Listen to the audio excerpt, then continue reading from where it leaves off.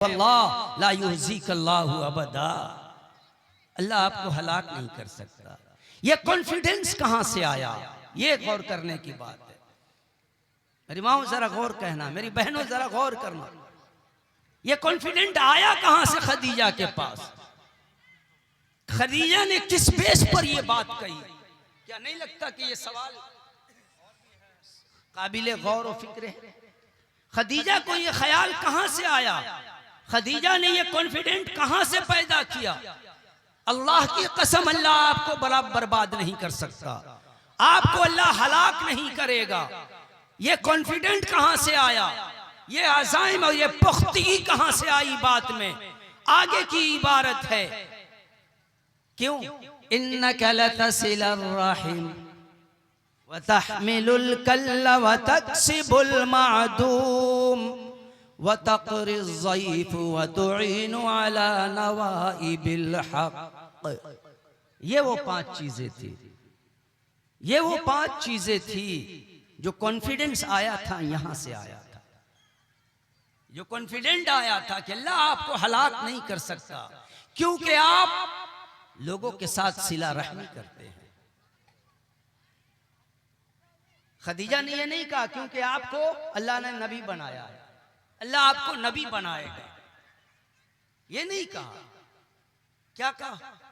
इन्नका लतसिलुर रहीम, आप सिला रहमी करते हैं, जिससे भी मिलते हैं बड़ा रहमदिली के साथ मिलते हैं। आपकी आदत थी, आप मिलते किसी से मुस्कुरा के मिलते थे, अपने हो तो भी मुस्कुरा के, गैर हो तो भी मुस्कुरा के। हमारे नौजवान अपने से भी मिलेंगे, बुढ़ऊ चच्चा भी मिलेंगे तो कहेंगे कि देख आ रहा है कम वक्त, खैनी मत मांग ले वे, आ रहा है पुड़िया मत मांग ले। नौजवानों को ये परेशानी रहती है। अब फलाने जगह शादी में जाना है, माओ बहनों को अलग मसला रहता है। आ रही है फलनिया, कहेगी कि जरा सा क्रीम दे, छुपा दे छुपा दे। आपकी पहली जो चीज थी, इन्नका लतसिलुर रहीम, आप सिला रहमी करते हैं। व तहमिलुल कल्ल, कमजोरों का, बेबसों का, लाचार लोगों का बोझ आप अपने ऊपर उठा लेते हैं। व तक्सिबुल मादूम, बेबसों के लिए आप कमाते हैं, बेबसों के लिए आप कमाते हैं, जो कमाते हैं आप लोगों पर खर्च कर देते हैं। व तक़रिज़ ज़ईफ़, मेहमान नवाजी करते हैं, मेहमान नवाजी करते हैं। व तुईनु अला नवाइबिल हक़, जो हक पर हो आप उसकी मदद करते हैं। अब जरा इस चीज को देखें, ये वो चीज थी आप सल्लल्लाहु अलैहि वसल्लम की, जिस चीज को 15 साल से हजरत खदीजा ने नोटिस किया था, हजरत खदीजा ने देखा था, हजरत खदीजा ने जांचा था, हजरत खदीजा ने इन पहलू के बिना पर कहा नहीं नहीं, अल्लाह आपको हलाक नहीं कर सकता, क्योंकि आप सिला रहमी करने वाले हैं। ऐ मेरी माओ, ऐ मेरी बहनों, आप अगर चाहती हो कि आप कि शौहर की हलाकत ना आए, आपकी शौहर पर मुसीबत ना आए, आपकी शौहर पर परेशानी ना आए, आपकी शौहर पर दुश्वारी ना आए, आपकी शौहर पर, आपके वालिदैन में से किसी पर, आपके वालिद पर, आपके भाई पर किसी तरह की कोई मुसीबत ना आए, अपने शौहर को सिला रहमी वाला बना दो, खुद सिला रहमी वाले बन जाओ। एक दूसरे के साथ रहम करने का मामला, मजबूर हो, बेबस हो, लाचार हो, उसके साथ हुस्ने सुलूक का मामला करो। बड़ा मसला तो ये आ जाता है अब हमारी माओ बहनों में कि 4 बच्चे और मियाँ बीवी 6 आदमी का खाना बनाना है। अब उसमें 2 अगर और रिश्तेदार आ गए तो बड़ी मुसीबत हो जाती है, होती है ना, बड़ी मुसीबत हो जाती है अगर 2 रिश्तेदार आ जाएं। लेकिन शर्त यह है कि वो रिश्तेदार ससुराल का हो, मैके वाला ना हो। रिश्तेदार हो, मेहमान आए, और लेकिन वो मेहमान हो मुसीबत है, मेहमान आया अगर वो ससुराली मेहमान है तो आह आह, और अगर मैके वाला मेहमान है तो वाह वाह। वह तकरीर ज़ईफ, मेहमान नवाजी करो। आज हमारे घरों से ये चीज, ये कल्चर खत्म होता जा रहा है। हम एक दूसरे रिश्तेदारों से दूर होते जा रहे हैं। अल्लाह के रसूल सल्लल्लाहु अलैहि वसल्लम ने फरमाया, ला यदखुलुल जन्नत कातिअ, के रिश्तों को काट देने वाला जन्नत में नहीं जा सकता। रिश्तों को तोड़ने वाले पर जन्नत हराम है। हम अपने रिश्तों को मजबूत करें। हमारे जो रिश्तेदार हैं उन रिश्तों से, उन रिश्तेदारों से हम बात करें। सोशल मीडिया का दौर है, इंस्टाग्राम पर 5000 लोगों के हम फॉलोअर हैं, 5000 लोग हमारे फॉलोअर हैं। रियल लाइफ में रिश्तेदार हमारे नाम से चिढ़ जाता है, हम रिश्तेदार के नाम से चिढ़ जाते हैं। ये है, ये हमारा मुआशरा है। अखलाक नबी पहले वाला था। ये जो दो उन्वान है ना, दो जुमले हैं, ये मुआशरा अलग है। जो अखलाक नबी है वो मुआशरे में नहीं है, और जो मुआशरा है इसमें अखलाक नबी नहीं है। बताए ना, हम देखें ना हमारे मुआशरे के हालात क्या हैं। एजुकेशन में हाईएस्ट 2006 की सच्चर समिति की रिपोर्ट उठाओ और पढ़ो। अफसोस होता है जिस कौम को खिताब करते हुए खालिक़े कायनात ने पहली वही उतारी, और पहला लफ्ज जो उतारा ऑर्डर से उतारा, फेले अम्र का सेगा, इक़रा पढ़ो, इक़रा पढ़ो। 2006 की सच्चर समिति की रिपोर्ट उठा करके पढ़ लो कि मुसलमानों का एजुकेशन ग्राफ दलित महादलित से भी पिछड़ चुका है। दलित महादलित से भी पिछड़ चुका है। ये अखलाक़े नबी ये था, इक़रा बिस्मि रब्बिकल्लज़ी खलक़। मुआशरा ये है कि दलित महादलित से एजुकेशन में पिछड़ गया।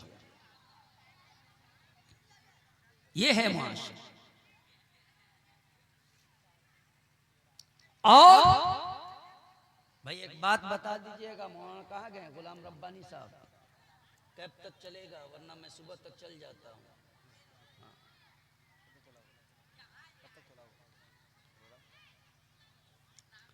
तो ये मुआशरा और ये हमारा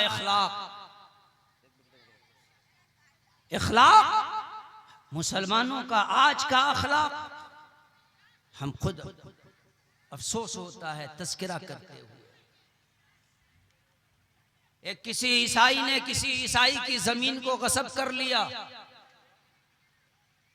पॉप के पास पहुंचा, वो मुकद्दमा लेकर के, वो मुआमला लेकर के पॉप के पास, अपने पादरी के पास पहुंचा और जाकर के शिकायत की कि मैं भी ईसाई हूं, सामने वाला भी ईसाई है, और उस ईसाई ने मेरी कोई चीज गस्ब कर ली है, जबरदस्ती छीन लिया है, दे नहीं रहा।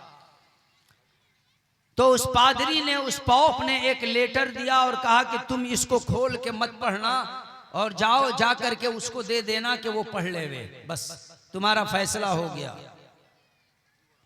जरा गौर कीजिए क्या कहा। ये मजमून लो और इस मजमून को जाकर के तुम अगले को दे देना, सामने वाले को जिसने तुम्हारी चीज को गस्ब किया है, मसला हल हो जाएगा। वो गया और जाकर के उसने पर्ची पढ़ी, और जिस चीज पर गासिबाना कब्जा जमाया था उस चीज को छोड़ दिया। बोला यकीनन ये चीज तेरी है, तू ले जा। अब उसने पूछा कि ये बताओ कि उस पादरी ने, उस पॉप ने आखिर जो लेटर दिया था, जो पर्ची तुम्हें दी थी, एक छोटा सा छोटी सी पर्ची, उसमें कितनी बड़ी बात थी, कितना बड़ा मजमून था कि उस मजमून को पढ़ते के साथ तूने ये चीज मुझे लौटा दी। कहा बहुत बड़ी बात नहीं, एक लाइन लिखा था और बात इतनी लिखी थी कि ये मुसलमानों की फितरत तेरे अंदर कहां से आ गई।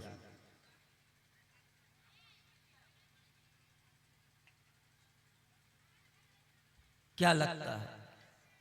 अपने अखलाक को, अपने मुआशरे को बयान करने के लिए इससे भी बड़ा कोई सेंटेंस हो सकता है?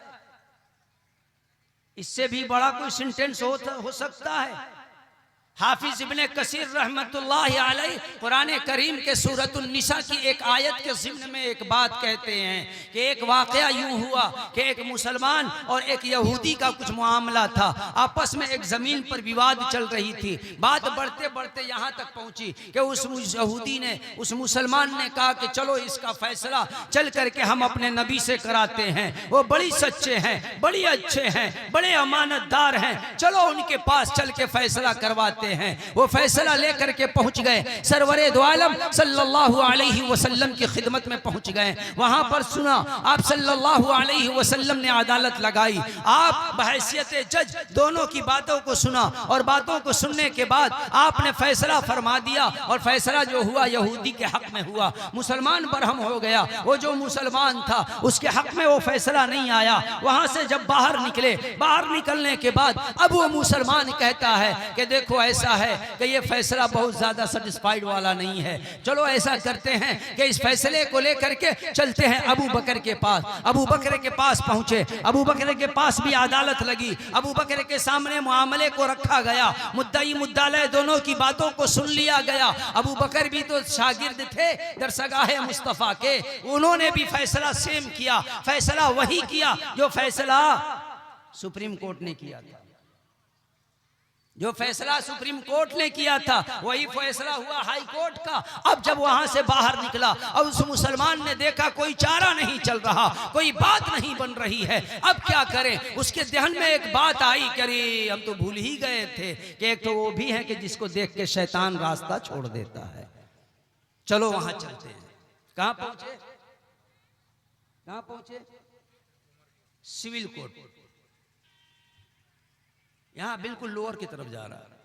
हजरते उमर फारूक रजी अल्लाह ताला अन्हु की अदालत में हजरत फारूक रजी अल्लाह ताला अन्हु के सामने वाक़या को रख दिया गया। तमाम अहवाल बयान किए गए, बात बयान कर दी गई। हजरत उमर फैसला करने ही वाले थे जब तक कि उस यहूदी ने कह दिया, क्योंकि यहूदी भी जानता था कि बड़ा खतरनाक आदमी है, तो उस यहूदी ने कह दिया, ऐ उमर सोच के फैसला करना, क्योंकि जो तुझसे बेहतर हैं, जिसे तू खुद से बेहतर मान रहा, मैं उनके पास से भी फैसला लेके आ रहा हूं। तो पूछा हजरत उमर ने क्या मतलब? कहा कि मैं गया था अबू बकर के पास, उन्होंने फैसला सुना दिया। मोहम्मद के पास गया, उन्होंने फैसला सुना दिया। तो कहा कि अब मेरे पास क्यों? हजरत उमर ने क्या कहा कि अब मेरे पास क्यों आए? कहा मैं नहीं आया हूं, ये लेकर के गया था मोहम्मद के पास, उन्होंने फैसला सुना दिया, वहां से मैं निकला, तब ये कहता है कि नहीं चलो अबू बकर के पास। अबू बकर ने फैसला कर दिया। अब जब वहां से निकला, अब ये कहा कि नहीं चलो उमर के पास। उमर तेरे पास आया हूं, अब देखना ये है कि तेरा फैसला उनके मुवाफिक होता है या मुखालिफ होता है। ओ ये बात है, अच्छा ये बात है, चलो ठीक, मैं तो फैसला कर ही दूंगा। यूं ही थोड़ी उनको आदिल कहा गया, यूं ही थोड़ी फारूक कहा गया। वो तो फारूक थे, और फारूक का मतलब ही होता है फाड़ देने वाला, हक और बातिल फाड़ देने वाला। अंदर गए, अंदर से आए हाथ में नंगी तलवार लेकर के। जो मियाँ जी दावा कर रहे थे कि हम ही मुसलमान हैं, एक बार तो किया था हजरत उमर ने, बॉडी यहाँ है सर वहाँ है।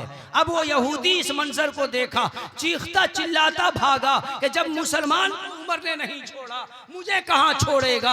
अब ये बात मदीना में फैल गई, आम हो गई, आग की तरह बात फैली कि उमर ने एक मुसलमान को नाहक कत्ल कर दिया। तो नाहक कत्ल का हुक्म क्या है? या अय्युहल्लज़ीना आमनू कुतिबा अलैकुमुल क़िसास, बदला तुम्हारे ऊपर है, अब बदला लिया जाएगा। क़िसास में बदला क्या होगा? हजरत उमर को कत्ल किया जाएगा, उमर को कत्ल किया जाएगा। क़िसास के मामले में अल्लाह के रसूल सल्लल्लाहु अलैहि वसल्लम के पास इस बात की खबर पहुंची। आप सल्लल्लाहु अलैहि वसल्लम भी यही कह रहे हैं, उमर ने ऐसा कैसे कर दिया? जिब्रील आ गया, जिब्रील, और जिब्रील ने आकर के एक बात कही क्या कही जिब्रील ने? या मोहम्मद फला व रब्बिक ला युमिनून हत्ता युहक्किमूक, आपके हुक्म को जो ना माने, आपके फैसले को जो ना माने, फीमा शजरा बैनहुम सुम्मा ला यजिदू फी अनफुसिहिम हरजा मिम्मा क़ज़ैत व युसल्लिमू तस्लीमा, दिल में बगैर किसी कजी के, बगैर किसी ख्याल के, बगैर किसी कंफ्यूजन के, बगैर किसी तरह के, और आपका जब फैसला आ गया अल्लाह के तरफ से, आपने जो फैसला कर दिया, आपके उस फैसले को खुशी खुशी जो ना माने वो मोमिन नहीं है। मालूम हुआ कि मरने वाले के बारे में यही गुमान सबको था कि वो मुसलमान है। उमर ने फैसला कर दिया ये कमबख्त मुसलमान नहीं मुस्मार है। तो एक फैसला ये था, एक अखलाक नबवी की तालीम, ये अखलाक नबी का दर्स एक ये था। और मुआशरा क्या है? मुआशरा ये है कि सरपंच के पास गवाही देना हो। हम जानते हैं कि हमारा चच्चा गुनहगार है, हमारा चच्चा मुजरिम है, हमारा चच्चे ने गसब किया है, घोटाला किया है, मगर ना है तो चच्चा ना हंसुआ कत्तो खींचिए तो अपनी ओर। यह हमारा मुआशरा है, यह हमारा मुआशरा है कि हंसुआ खींचो अपनी ओर। अखलाक नबवी कुछ और है। नबी का अखलाक वो कि नबी के अखलाक से मुतासिर होकर के मुख्तसर से 23 साल में, 23 साल बल्कि 22 साल 18 महीने में, मजमूई तौर पर कहा जाता है कि 22 साल 8 महीने, मजमूई तौर पर कितना कहा जाता? 23 साल में, 23 साल में ऐसे ऐसे लोग जो हाथों में नंगी तलवार लेकर के आपको कत्ल करने निकले हों, आपके अखलाक के ऐसे दीवाना हुए, ऐसे दीवाना हुए कि खुद न थे जो राह पर औरों के हादी बन गए। क्या नजर थी जिसने मुर्दों को मसीहा कर दिया? वो अखलाक नबवी था। इस्लाम पूरी दुनिया में सबसे ज्यादा अगर फैला है, तेजी से फैला है, तो वो मुसलमानों के अखलाक से इंस्पायर होकर के। आज लोग इस्लाम से दूर हो रहे हैं, मुसलमानों से नफरतें कर रहे हैं, मुसलमानों की वजह से इस्लाम से नफरतें, कुरान से नफरतें, सुन्नत से नफरतें। वजह क्या है? वजह ये है कि अब ये वो मुसलमान नहीं रहा कि जो रहनुमा अपने कुरान को बताया करता। अब ये मुसलमान कुरान से कोरा जाहिल हो चुका। इस मुसलमानों से ज्यादा कुरान को समझने वाले आज यहूदी हो चुके हैं, कुरान को समझने वाले नसारा हो चुके हैं, कुरान को समझने वाले, कुरान पर गौर व फिक्र करने वाले ये RSS वाले हो चुके हैं। ये वो मुसलमान है जिसने अपना रिश्ता कुरान से खत्म कर दिया। आज इन्होंने फिल्मी दुनिया के उन बेहया लोगों को अपना आइडियल बना लिया। मेरी